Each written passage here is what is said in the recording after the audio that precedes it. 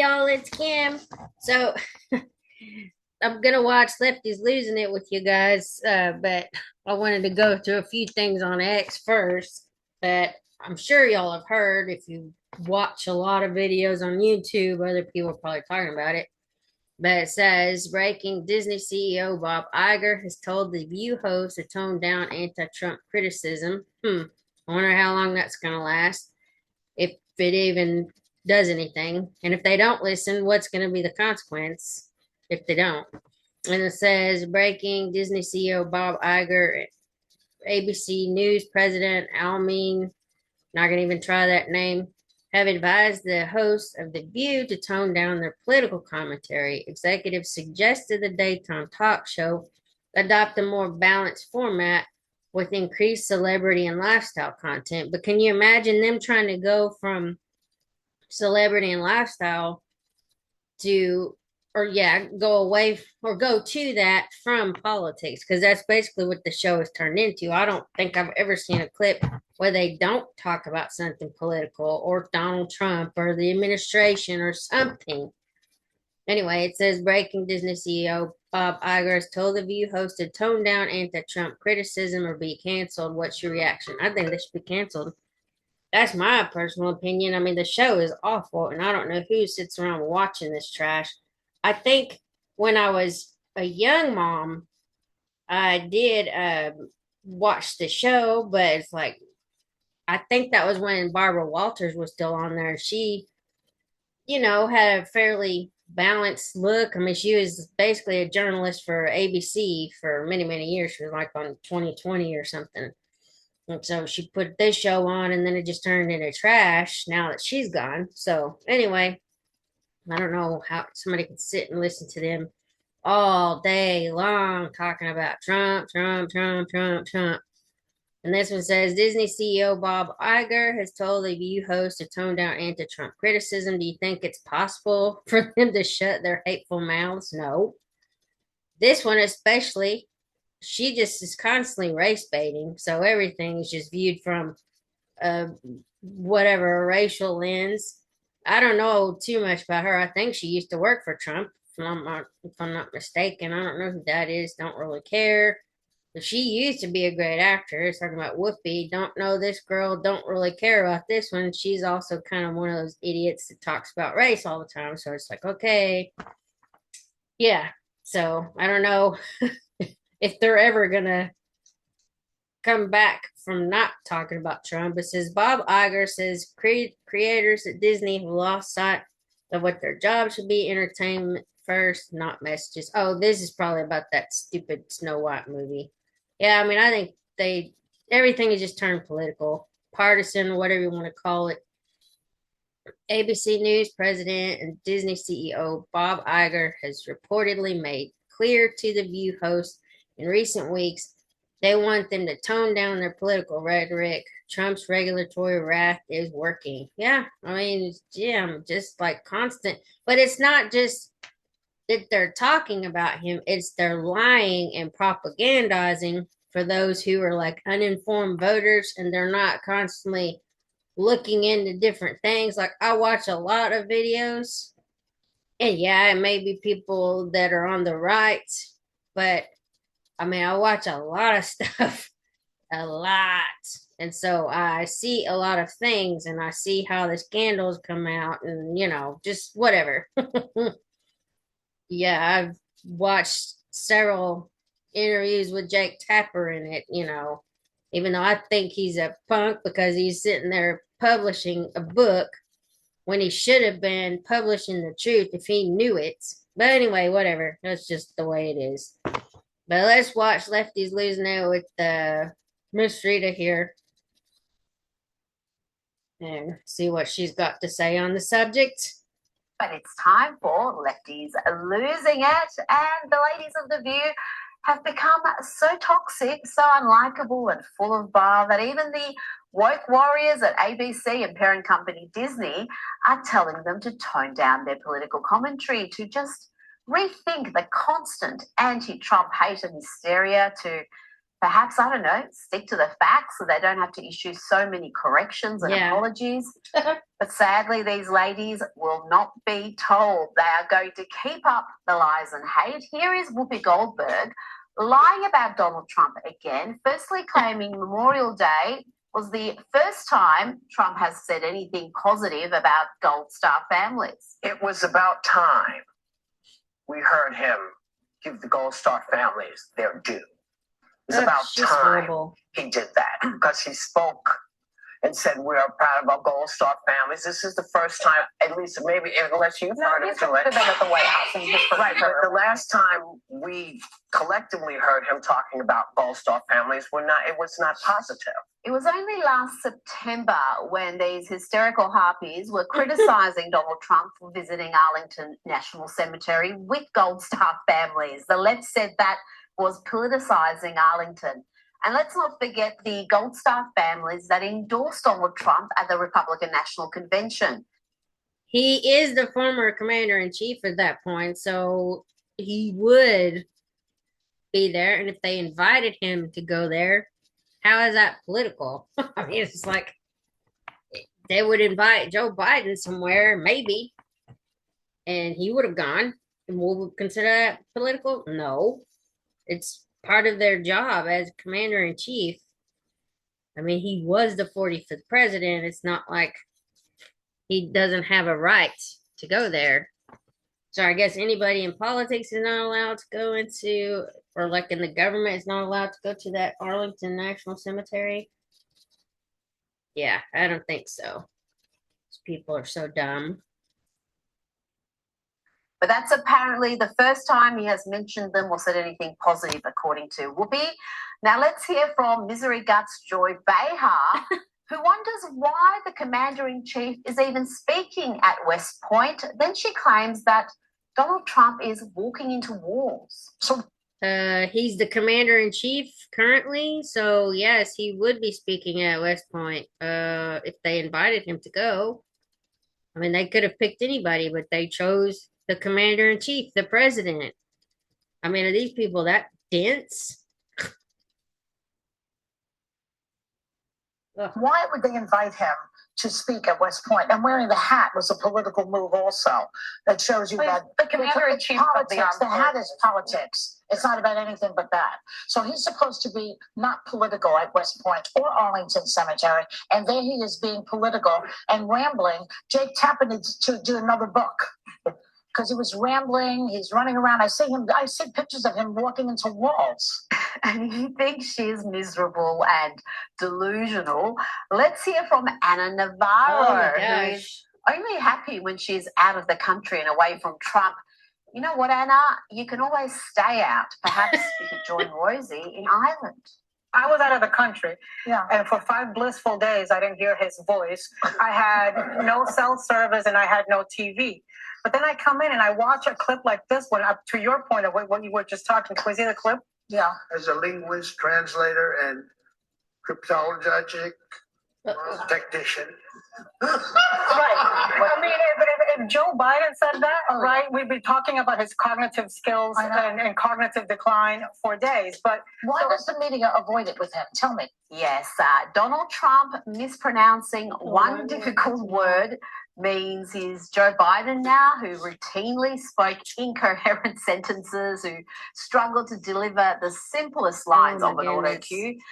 These ladies are really clutching at straws, and this is after they've been told to dial back their lefty lunacy. My goodness. Now, Whoopi not only had a go at Donald Trump, defamed Donald Trump, she also attacked J.D. Vance and Pete Hegseth, men who risk their lives serving their country. Pete Hegseth knows better. He knows what it's like to be a service person. Vice President Vance knows. He knows how hard it was, because I'm sure one of the reasons he went there is to elevate his life. He comes from very, very poor people. Yeah. And the fact that you don't stand up and say, you can't do this to these folks. I've worked with them. I know what they go through. Instead, we get this kind of She was so enraged she couldn't even finish that sentence. Damn TDS. You know the way these hysterical harpies are carrying on, you think there was a crisis in the military. Instead, the opposite is true. Morale is finally high after years of degradation. And the evidence of that is in the recruitment numbers, which have surged to new highs.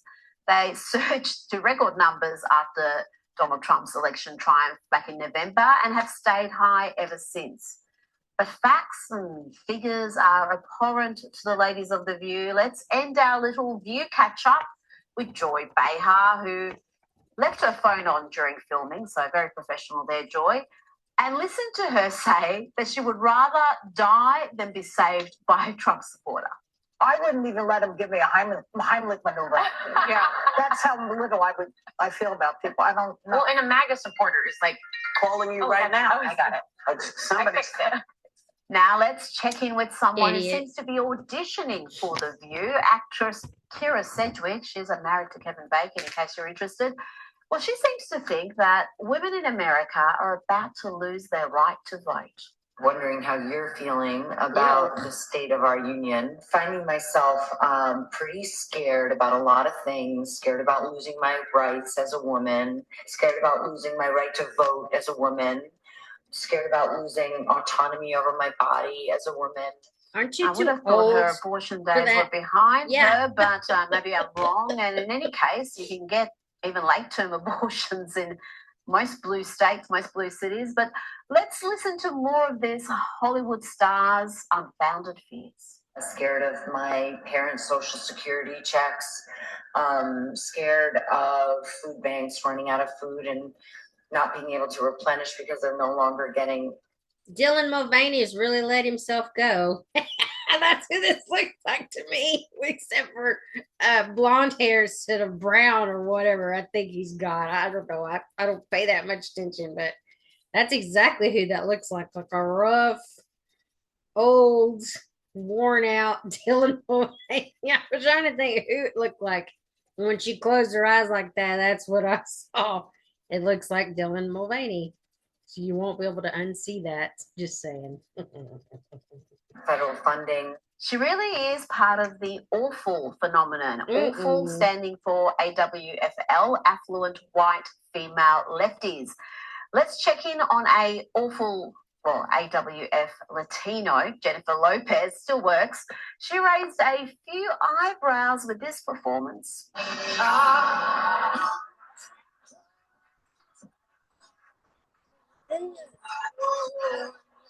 Yes.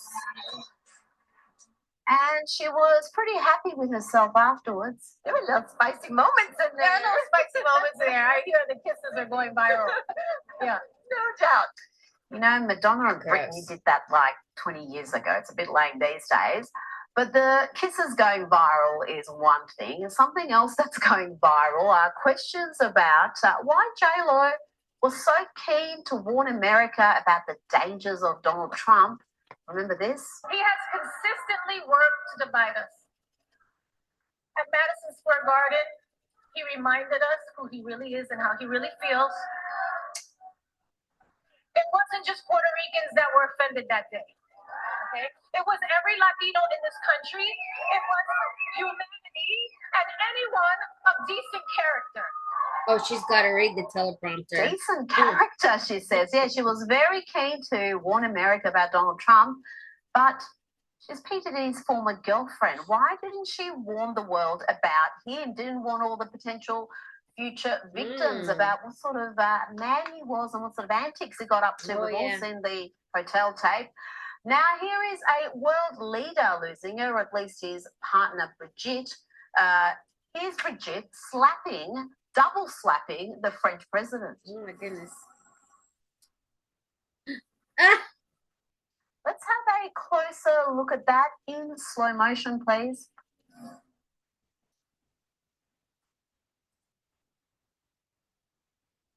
Ooh, he knows he's busted.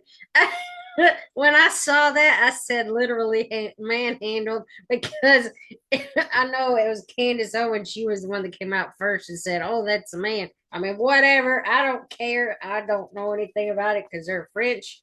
but whatever. And I don't know how she would know, but if it is a man, that's pretty bad.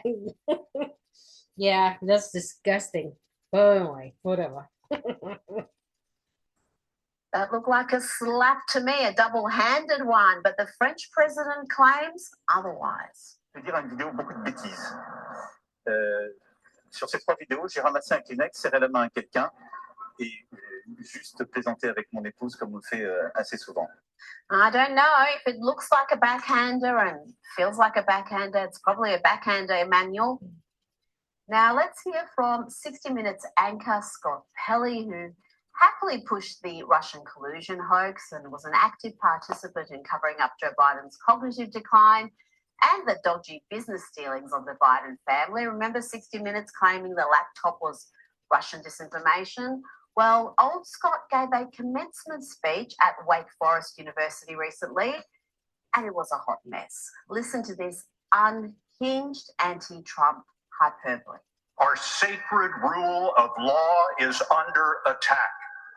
Journalism is under attack. Universities are under attack. Freedom of speech is under attack.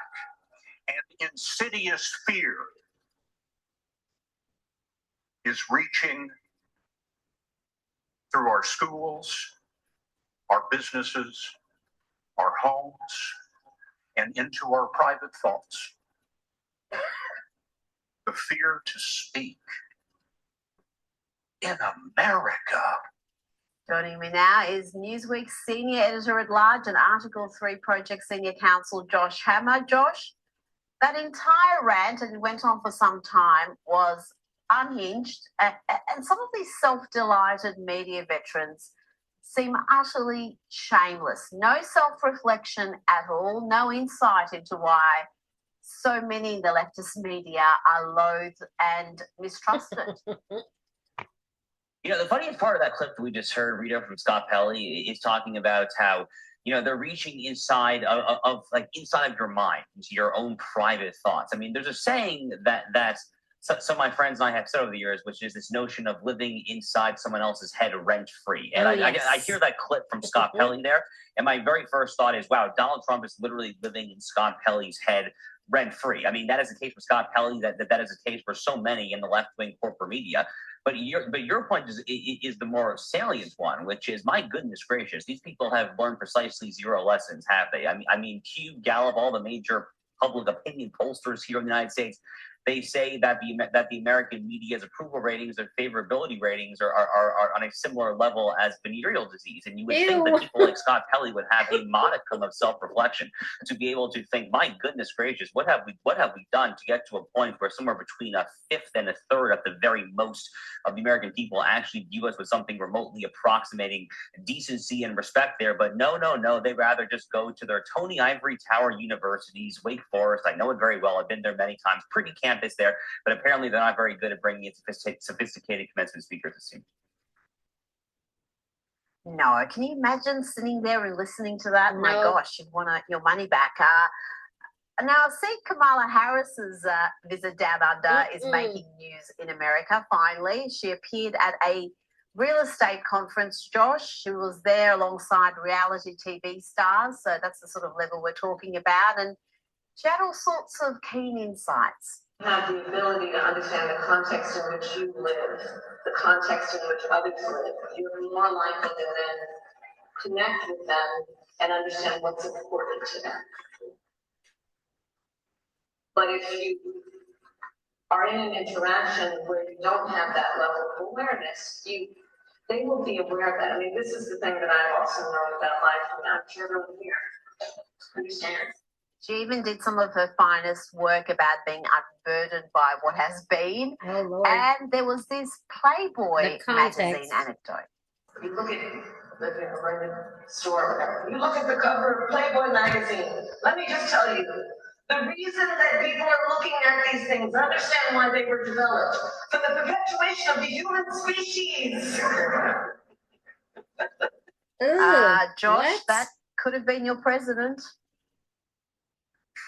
Yeah, that laugh is just so unbearable, is it not? I mean, you know, they called her the cackler in chief for a reason there. I mean, that laugh just makes you just want to curl up into a fetal position and pretend like you never heard that for the rest of your entire life there.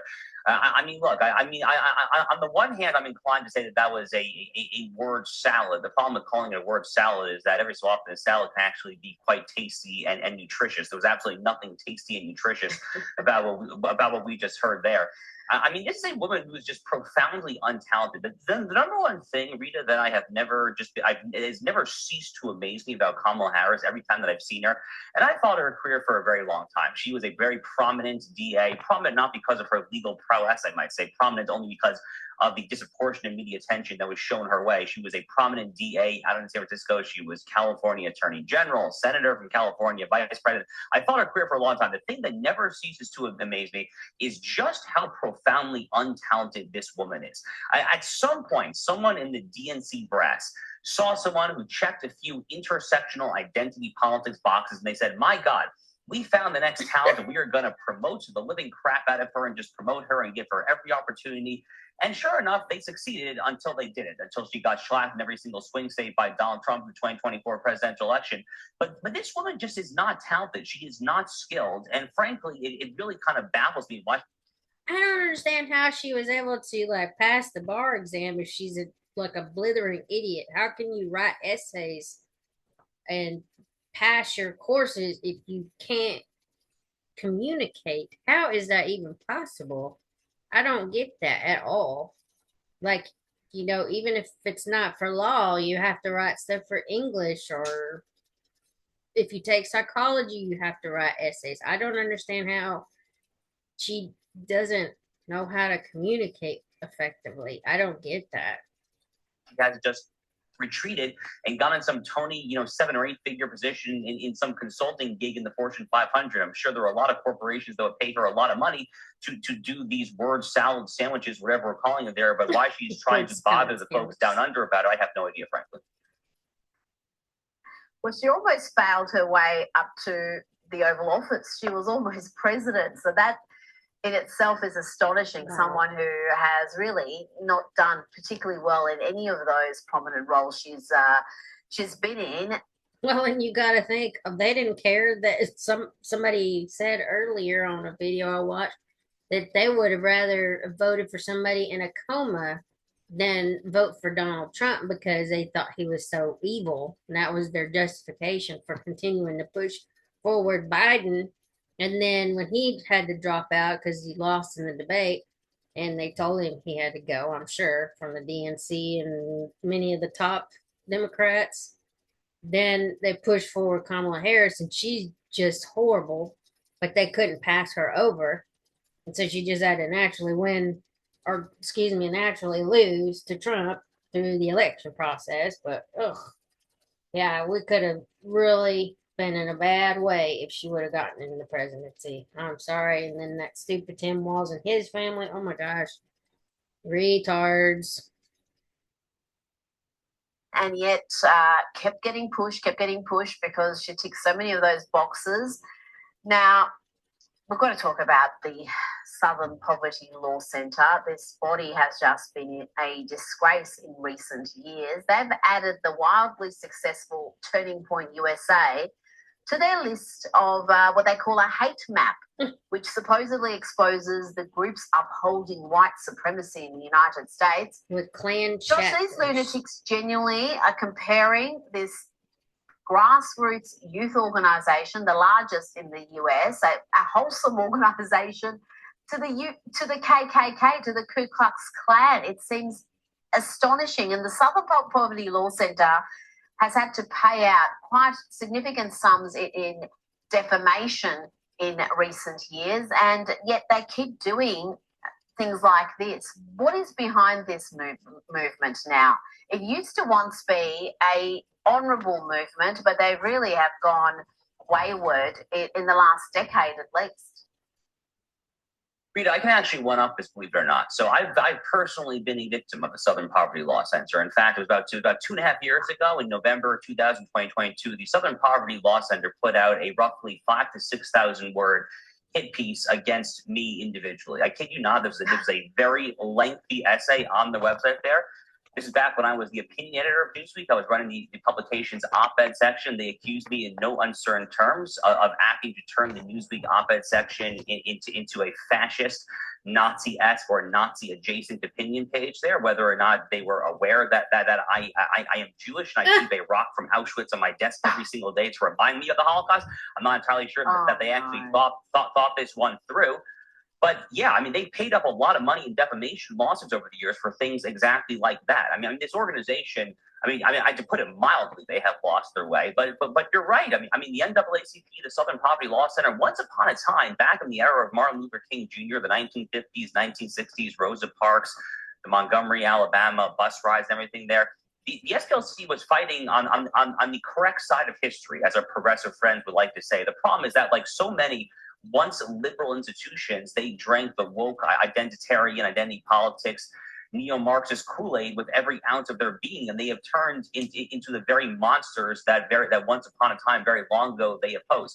I'm not surprised in the slightest that they are accusing Turning Point USA, which is run by my friend Charlie Kirk. I'm not even remotely surprised that they're putting Turning Point in the crosshairs. Turning Point USA, under Charlie's leadership, has been an extraordinarily successful organization, one of the most consistently successful organizations on the entire American right. So they're trying to just put some chink in the armor, so to speak, of this venerable organization that raised a lot of money, an organization that turns out youth support. It's probably one of the number one reasons, by the way, that Donald Trump picked up massive ground with 18 to 24 voters is Turning Point USA. So they're trying to kind of take them down a notch there in the political service of the folks who actually butter the bread, the Democratic Party there. It's not going to work. If anything, frankly, Rita, I actually anticipate that Turning Point USA will probably be able to raise a lot more money off of the fact that the Southern Poverty Law Center has ludicrously deemed them a so-called hate group. Well, yeah, the Southern Poverty Law Center has lost all credibility. I mean, your example, I wasn't even aware of that, calling a proud Jewish man a Nazi. I mean, that just shows you how completely demented they have become. They deserve absolutely no credibility whatsoever, and it's sad because once upon a time they did do good work. Now, you coined the term judicial insurrection to describe the manner in which Democrat-appointed activist judges are trying to usurp the authority of the president, the will of the American people. And there's been another example of that, Josh, since we last spoke. The federal judge has blocked the Trump administration's dismantling of the Department of Education. Now, before you tell me more about this, this is a policy that did not start with Trump. This plan to get rid of a department that is really an impediment to education outcomes of American children, it started with this man. I would like to dissolve the $10 billion National Department of Education created by President Carter and turn schools back to the local school districts. Okay.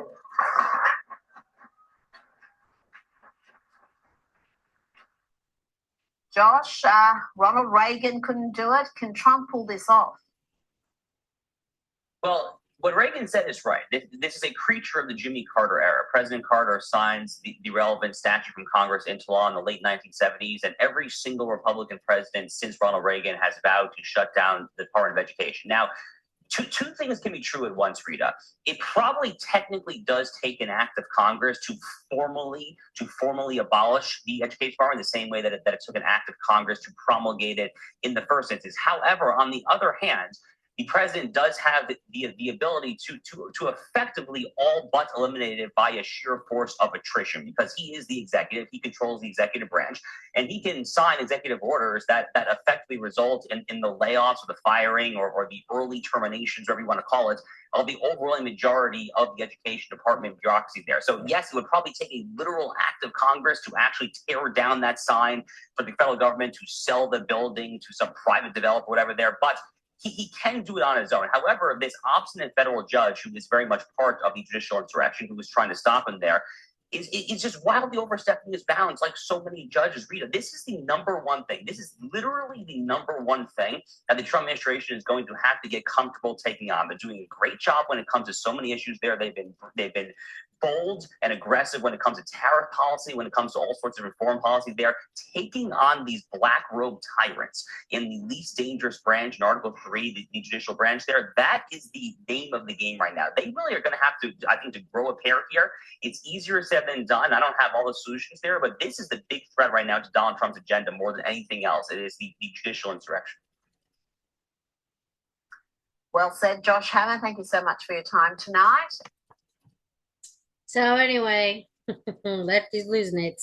Just had to watch stats because I had heard about the View being told to tone everything down. Of course, all the other stuff in there too. Kamala Harris coming back out of the woodworks after her loss. Ugh. Anyway, so I will talk to y'all later. Have a great afternoon. Bye. Bye.